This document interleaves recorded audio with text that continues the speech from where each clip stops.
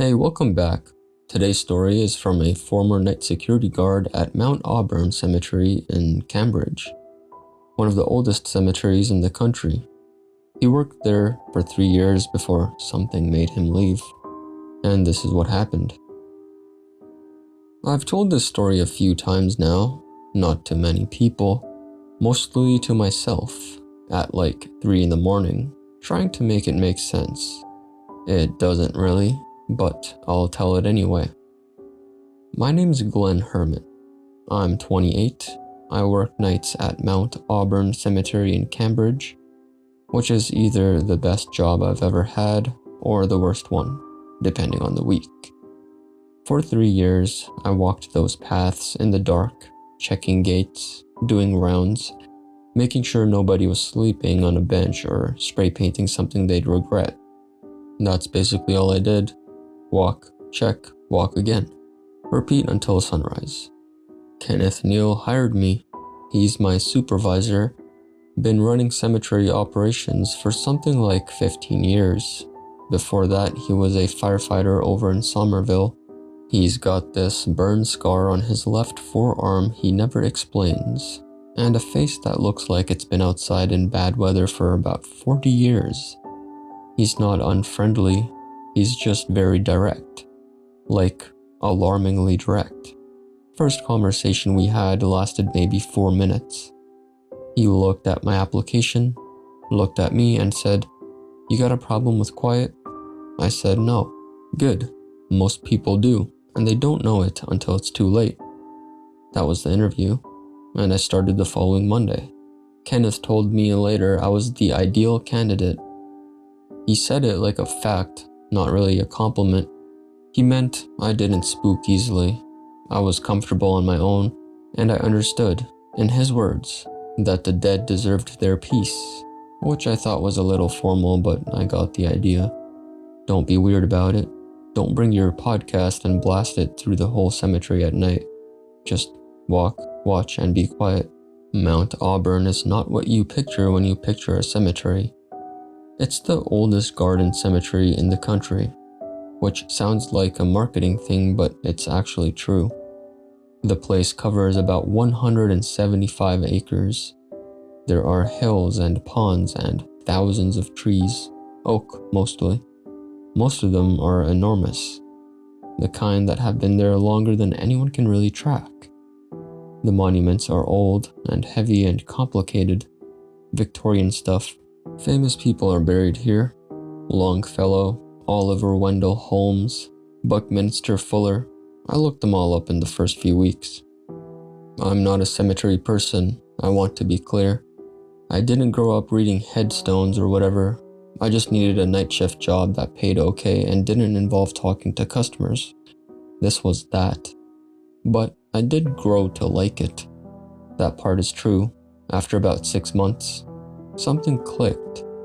The solitude stopped feeling like absence and started feeling like something else.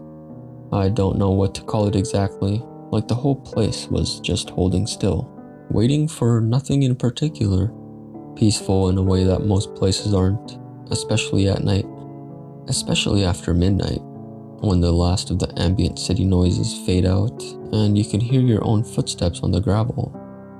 Moonlight on marble looks a specific way. It's not soft or pretty or whatever you'd expect. It's cold and very exact, like the stone is lit from inside. Anyway, it was a Tuesday in late October. I remember that day because I'd been annoyed about it earlier. I'd had to swap shifts with another guard, Marco, who had a family thing. Tuesdays were my least favorite shift. I was doing my second pass on the eastern slope, maybe an hour into the route, when I saw her. She was standing between 2 headstones about 20 feet off the path. Still, pale dress, dark hair hanging straight down. Head turned slightly in my direction. My flashlight caught her for maybe 2 seconds before I moved it away. I looked back. She was closer. I hadn't heard her move. There was no sound at all. She was just closer, maybe 10 feet now, and that face that wouldn't settle into anything specific was pointed directly at me.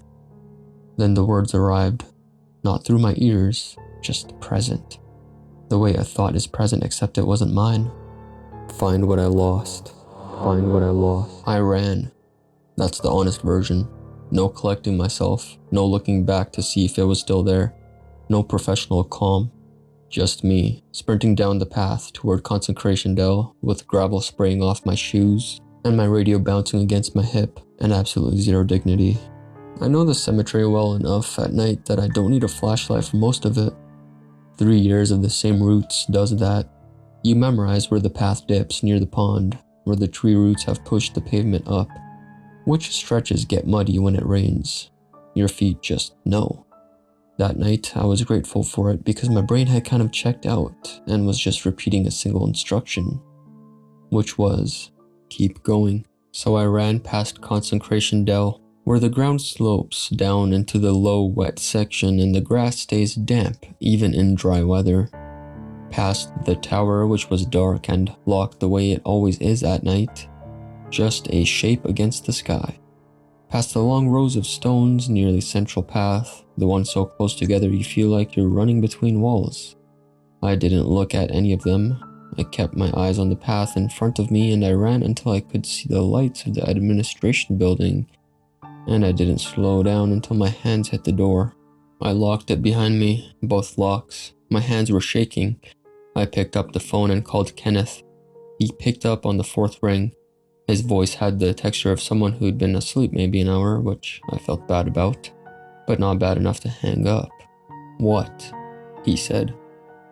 There's someone in the cemetery, I said. I'd decided that was the version I was going with. Someone, not something. Not a woman who had no face and who spoke words directly into my head without moving her mouth. Someone. I heard him exhale. What kind of someone? I don't know. She's gone now. I think she's gone. I ran. A pause. You ran? Yeah. Another pause. Longer. Glenn? He said my name like he was deciding whether to be annoyed or concerned and landed on a third option, which was tired. You been sleeping okay? You eating enough? I'm fine. Because you've been on nights for 3 years and this is the first time you've called me yet. He paused, probably checking the clock. 2:40 in the morning because you saw someone? I know. People cut through that cemetery. Teenagers, homeless guys, people walking home. You know that. I know. Go home, he said. Sleep. Come back tomorrow and walk the route in daylight if it makes you feel better. Whatever you saw, it's gone now. Right. You're fine. Yeah. He hung up. I sat there with the phone in my hand. My hands mostly stopped shaking. I looked at the door, both locks still engaged. Outside, nothing moved. I told myself Kenneth was right. I told myself it was the dark, and I was just tired. The human brain does interesting things in the dark when you're alone. I almost believed it. I drove home. I live in Somerville, a second-floor apartment on a street off Elm that I've been in for about 4 years. It's fine, small, a little loud during the day, cheap enough that I can save something. I have a couch I got off Facebook Marketplace, a bed frame from IKEA that took me 3 hours to assemble, a bookshelf that holds mostly paperbacks and a dead succulent I keep meaning to throw out. I know my apartment. I know the way the light from the street lamp comes through the blinds in a specific pattern across the bedroom floor. I know the sound the radiator makes at night. I know exactly what's there and what isn't. She was in the corner, standing, still, her hands at her sides and her head turned slightly toward me. And that face that wouldn't settle into anything specific, like looking at a photograph where someone moved during the shutter click. The pale dress, the dark hair hanging straight down. She looked like she'd been waiting for a while and wasn't particularly upset about it. That was maybe the strangest part. She wasn't threatening. She was just there, in my bedroom, in the corner by the closet door. I stood in the doorway. I didn't run this time. I don't know why. Maybe I'd used up the running. No, I said out loud. To myself or to her or to the general situation. No. She didn't move. Find what I lost. Find what I lost. The words arrived the same way they had in the cemetery. Not through my ears. Through my thoughts. I heard you the first time, I said. Section 47. Section 47. Lot 2891. Lot 2891. I leaned against the doorframe. My coat was still on. My keys were still in my hand. I was standing in my own bedroom at 3 in the morning talking to something, and I was doing it relatively calmly, which is either personal growth or shock. I don't even know which. What did you lose? I said. What is it you want me to find? Her form did something I can only describe as flickering. The edges of her went unsteady, like a tube when it's starting to go. The pale dress, the hair, the hands. All of it went slightly wrong for a second. Then she was gone. Not gone like she walked out. Gone like someone just turned her off.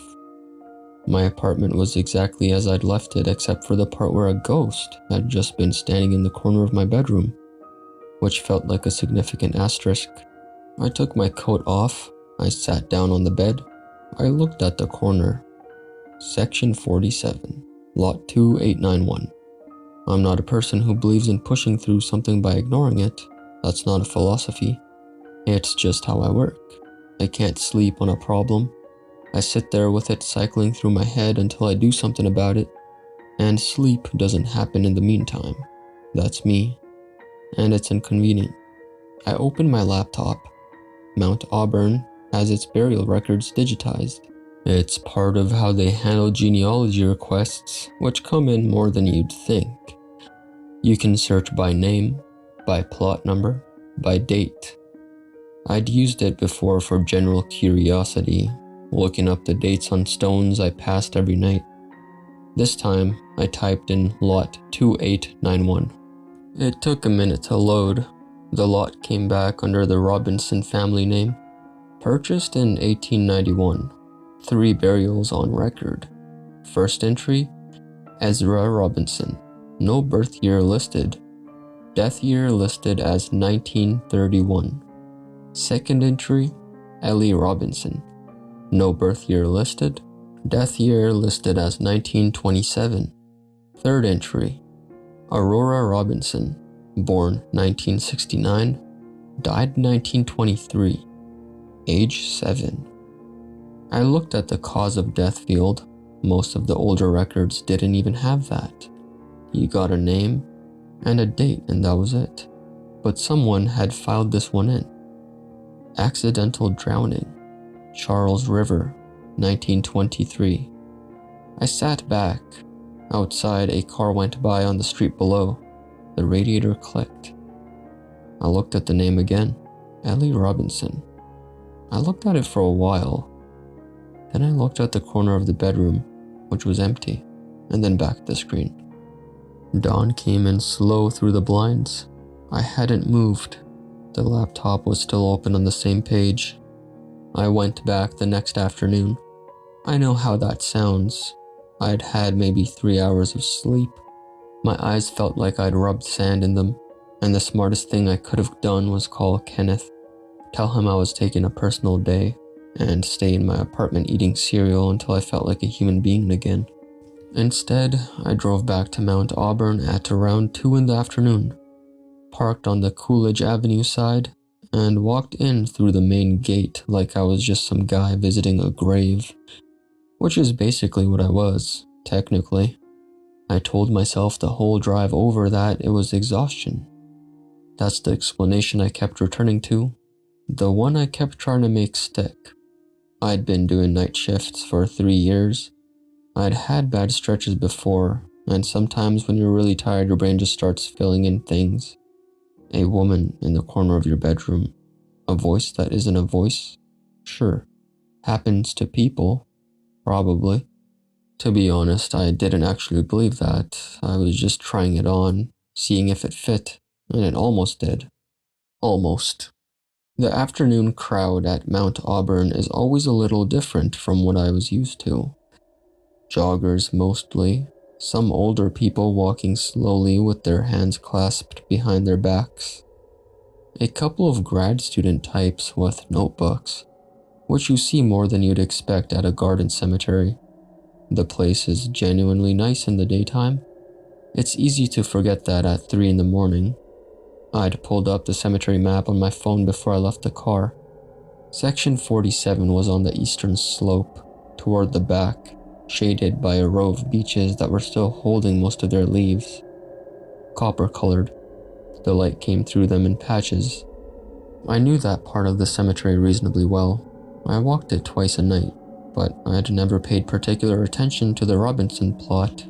It's not the kind of area that draws attention. No angels with their arms out, just modest stones, most of them from the late 1800s and early 1900s, short and rectangular and weathered gray. Lot 2891 was about 2/3 of the way up the slope, set back maybe 8 feet from the path. 3 headstones, just like the record said. Ezra's was on the left, tallest of the 3. Ellie's was in the middle, slightly smaller. Aurora's was on the right, the smallest, and it had a lamb carved into the upper portion. One of those resting lambs you see on Victorian children's graves. Small, round, worn smooth by about 100 years of weather. The name was still clear though.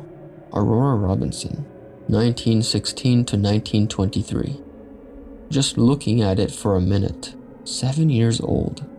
The record said accidental drowning. I'd spent enough time on that database to know that accidental was doing a lot of work in a lot of those old records. That's when I noticed the ground. In front of Aurora's stone, the earth sat a little higher than it did around the other 2 plots.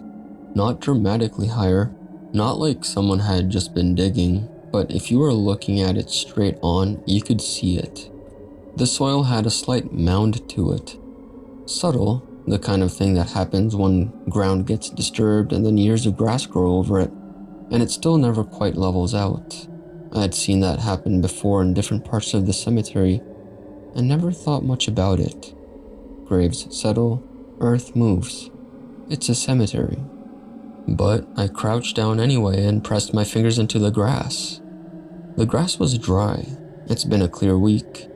My fingers went through it to the soil underneath and I just kind of raked them back and forth a little.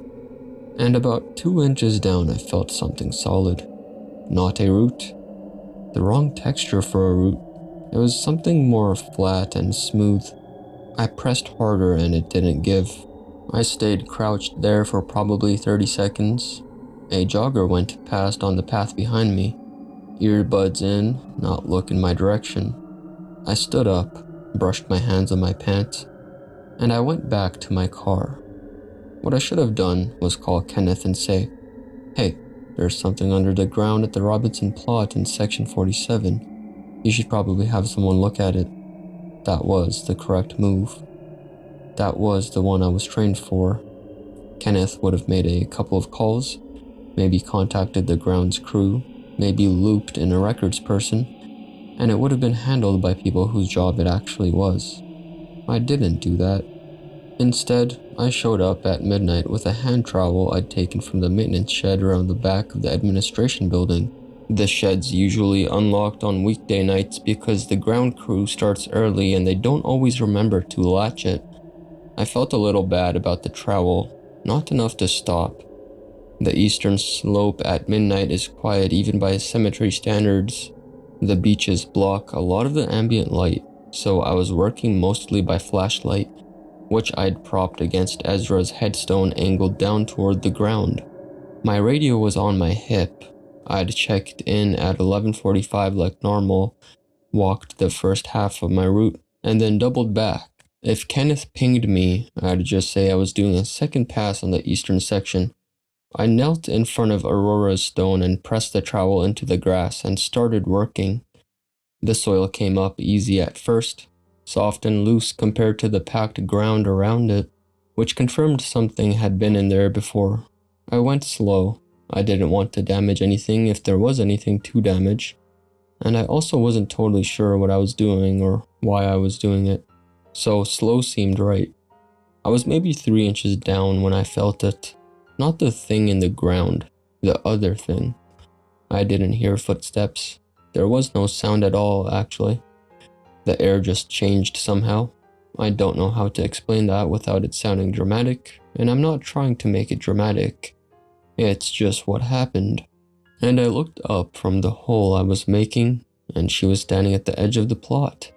Same pale dress, same dark hair, the face that wasn't quite a face, the one that my eyes kept sliding off of, the one that looked like something had gone wrong in the processing. She was standing completely still, hands at her sides, but something about the way she was standing was different from the other times. Less like she was just appearing and more like she was watching. I sat back on my heels and looked at her. Okay, I said. That was it. I didn't have anything else. I went back to digging. She didn't move. I kept going. 4 inches. 5 inches. The soil getting a little more compacted now. My wrists starting to feel it. I worked in small careful scoops and set the dirt to the side and tried not to think too hard about the fact that a ghost was standing 3 feet to my left, watching me dig up a child's grave. At 8 inches, the trowel hit metal. The sound was small, a dull little clink, but it was unmistakable. I stopped, switched from the trowel to my fingers and started clearing the soil away from the sides. It took a few minutes. The object was small, maybe 7 inches across, and roughly rectangular. I worked my fingers under the edges and lifted it out carefully and set it on the grass beside the hole. A tin box. Small, rusted, the kind of thing that had been a container for something else once. Biscuits, maybe, or tea, back when people reused tins for everything. The latch on the front was corroded nearly shut. The lid had a little give to it, not quite sealed, which meant air had been getting in for a long time. I looked at the woman. She still hadn't moved. I worked with the latch with my thumbnail. It took a minute. The hinge was stiff and the metal crumbled a little at the edges where the rust was worst, but it gave. Inside, wrapped in a piece of cloth that came apart at the edges when I touched it, was a doll. Small, porcelain, the old-fashioned kind with a painted face and a cloth body and little porcelain hands. The face was intact. The body was deteriorated, but still holding its shape. The painted eyes were dark blue, still visible under a film of age and damp. Beneath the doll, tucked under it, was a bundle of letters, paper gone brown and brittle at the edges, tied with ribbon that had rotted to almost nothing, held together more by the compression of the box than by the ribbon itself. I could see writing on the top letter, ink, faded but legible. I lifted both items out carefully, one in each hand, and held them. The woman's form changed. It was gradual, maybe 3 or 4 seconds, but I watched it happen.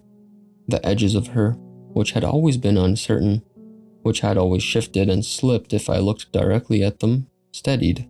Not completely. Not enough that I could take a look at her face and see a face, but enough that she looked more solid than she had in the cemetery the first night, more solid than she'd looked in my bedroom, and more present somehow. Her features sharpened toward something I almost recognized. She lifted one hand toward the doll. Her fingers passed straight through it, through my hands holding it, through the porcelain, through everything, like none of it was there. She didn't seem surprised by this. She held her hand there for a moment anyway, fingers extended, passing through the things she'd apparently put in the ground herself, or had someone put there, or had watched being buried. I didn't know the specifics yet. I kept holding both items and I didn't move. The letters were brittle. I tried to unfold the top one and the edge crumbled a little between my fingers, just flaked off, and I had to slow down and be more careful than I wanted to be. My flashlight was still propped against Ezra's headstone. I angled the top letter toward it and held the doll against my knee so I had a hand free. The writing was small and close together. I assumed a woman's hand. The letters slanted forward and the loops were careful. Ink faded to brown in most places, darker where the pen had pressed harder. Some words I had to look at twice. It was addressed to Ezra. I read it once, straight through, and then sat there for a second. The woman in the pale dress was still at the edge of the plot. She still had not moved. I didn't look at her. I looked back at the letter. It was from Ellie. That part I understood pretty fast. The handwriting, the voice of it, I could tell. She was writing to Ezra about Daryl Parker, a man she'd been seeing. She didn't soften it. She said his name directly, said what it was, said she wasn't asking Ezra's forgiveness because she didn't think she'd done anything that required it. That part I read a few times. I don't know what I expected from a letter written in 1920-something, but it wasn't that. The letter was maybe a page and a half. It ended mid-thought, like she'd been interrupted or just stopped because she couldn't keep going. No signature, just the ink trailing off near the bottom margin. I set it carefully on top of the tin box and picked up the next one. The second letter was shorter. She was talking about logistics, a place she and Daryl had identified, somewhere outside the city. She didn't name it. She mentioned Aurora twice, taking Aurora with her, getting Aurora enrolled somewhere new in the fall. The way she wrote about it was careful.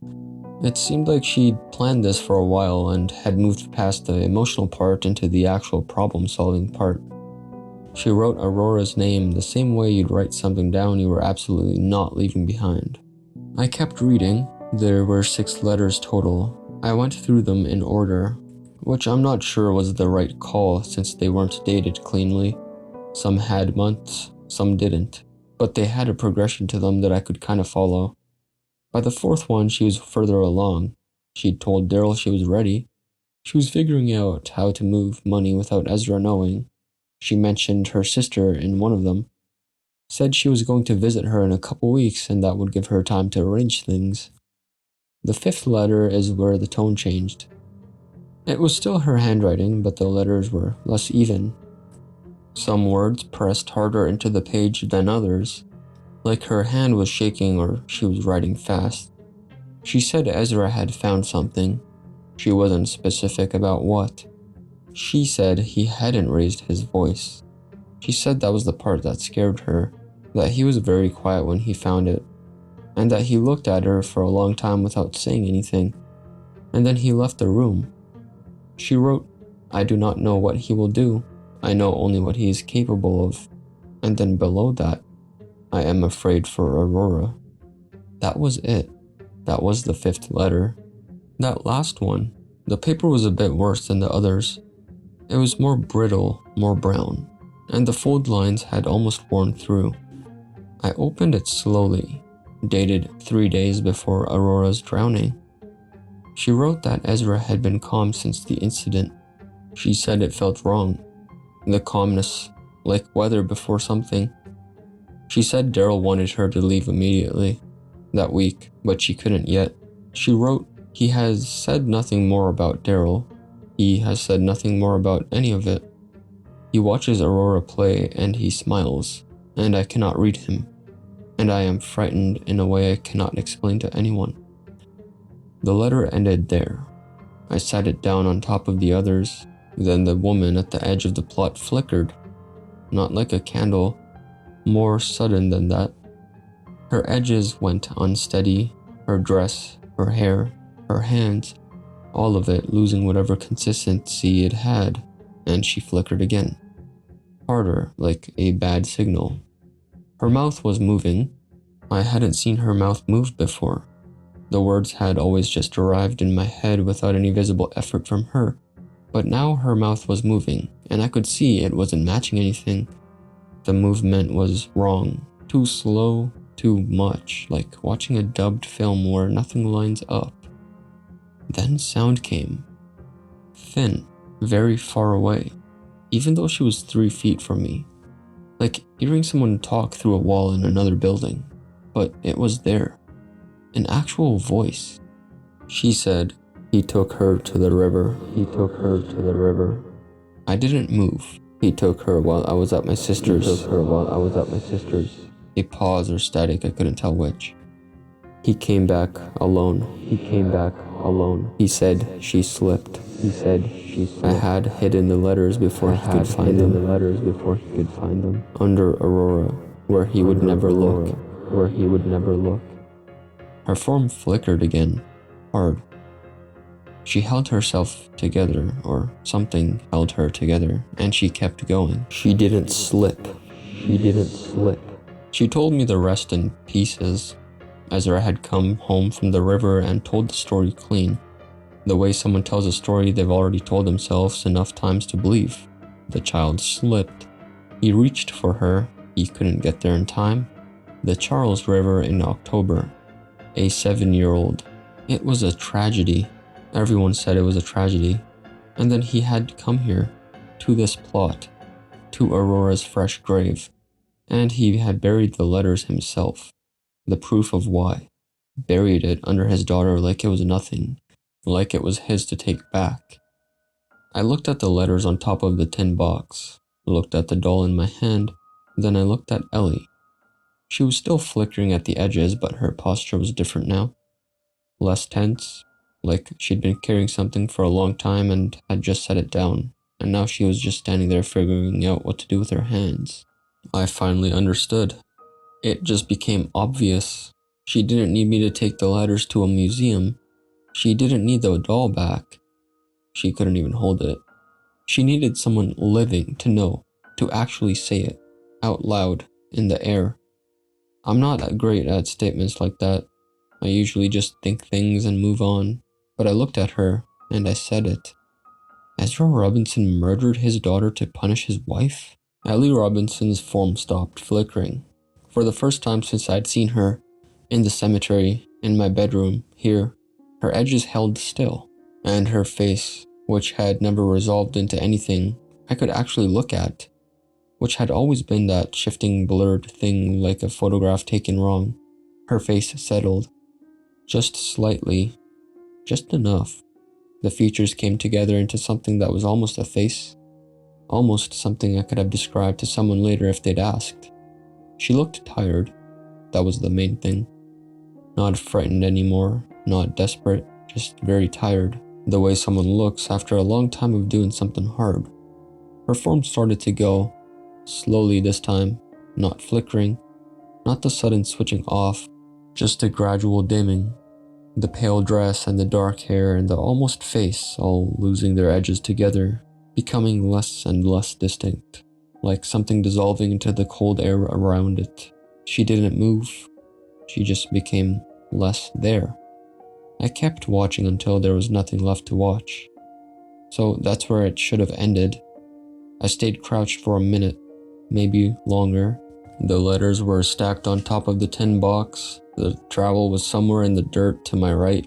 I was aware of all of it in this very specific, itemized way, like my brain was doing inventory to avoid thinking about anyone else. Aurora Robinson, 1916 to 1923, age 7. A lamb carved into the stone above her name, worn smooth by 100 years of weather. I'd done what Ellie asked. I'd said it out loud. It was done. That's what I thought. I started to stand up, and that's when I felt it. Not heard it, not saw it. Felt it, right in the center of my chest. Like the air in front of me got heavy all at once. A pressure, sudden and cold. It wasn't wind. It was static. Like something was pushing against the space I was standing in, and I was the thing in the way. I looked up. Behind where Ellie had been standing, between two of the older headstones at the edge of the plot, something was rising. That's the only word for it. Rising. It came up out of the dark between the stones the way smoke comes off ice. Except it was solid looking. Large. Masculine, I guess. Though I couldn't see a face or hands or anything that specific. Just a shape. A large, dark, heavy shape. And the pressure coming off it was not subtle. My chest felt it before my eyes fully registered what I was looking at. I'd spent a month at that point knowing that Ezra Robinson was buried 10 feet to my left. I'd read his name off the burial record, looked at his headstone, knelt in front of it to prop my flashlight. I hadn't thought much about him as a person beyond what the letters told me. A man who went very quiet when he found out. A man whose calmness felt like weather before a storm. A man who took a 7-year-old to the river and came back alone. He'd kept that secret for 100 years, buried the evidence himself, planted it under his own daughter's grave, which, honestly, I didn't have the mental bandwidth to fully process until much later, because right then what I was processing was that he was right there. And he was furious and the cold was getting worse. My flashlight was still propped against Ezra's headstone. The irony of that did not escape me. It also did not slow me down. I grabbed the letter, both hands, pressed them against my chest. Didn't grab the doll, didn't grab the tin box, didn't grab the trowel. Left the hole open, left the flashlight. I just turned and ran. Past the chapel, past the angels. The main gate was locked, but there was a smaller pedestrian exit on the Coolidge Avenue side that takes a key, and I had my keys on my belt.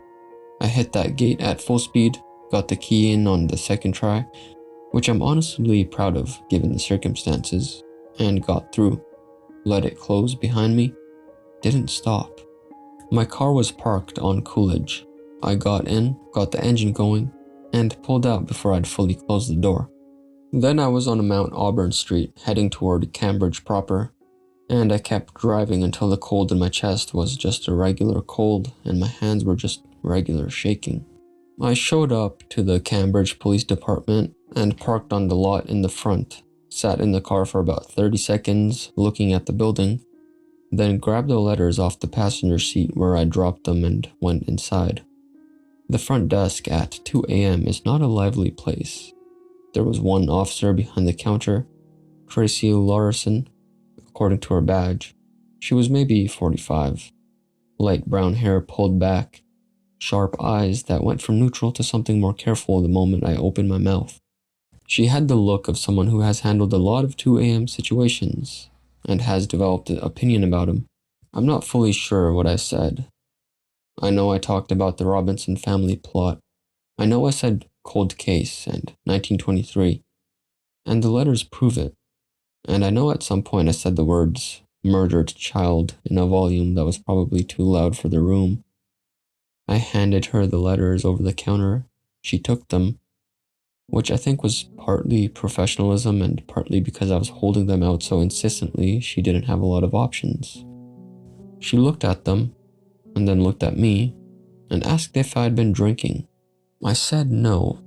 She asked if I was a patient somewhere, and I could tell she was trying to phrase it carefully, which I appreciated. I said no. I worked at Mount Auburn Cemetery. I was a security guard, and these letters from 1920 that documented a murder that was ruled on accidental drowning. She looked at the letters again, brittle, brown-edged, handwritten in faded ink, dated 1920 whatever, pulled out of a hole in the ground at 2 a.m. by a man who was visibly not okay. I could see how it looked. "We'll log these," she said. "Do you have contact information?" I gave her my number and name. She wrote it down and told me to get some rest. The way she said it was the way you'd say it to someone you were hoping would leave without further incident.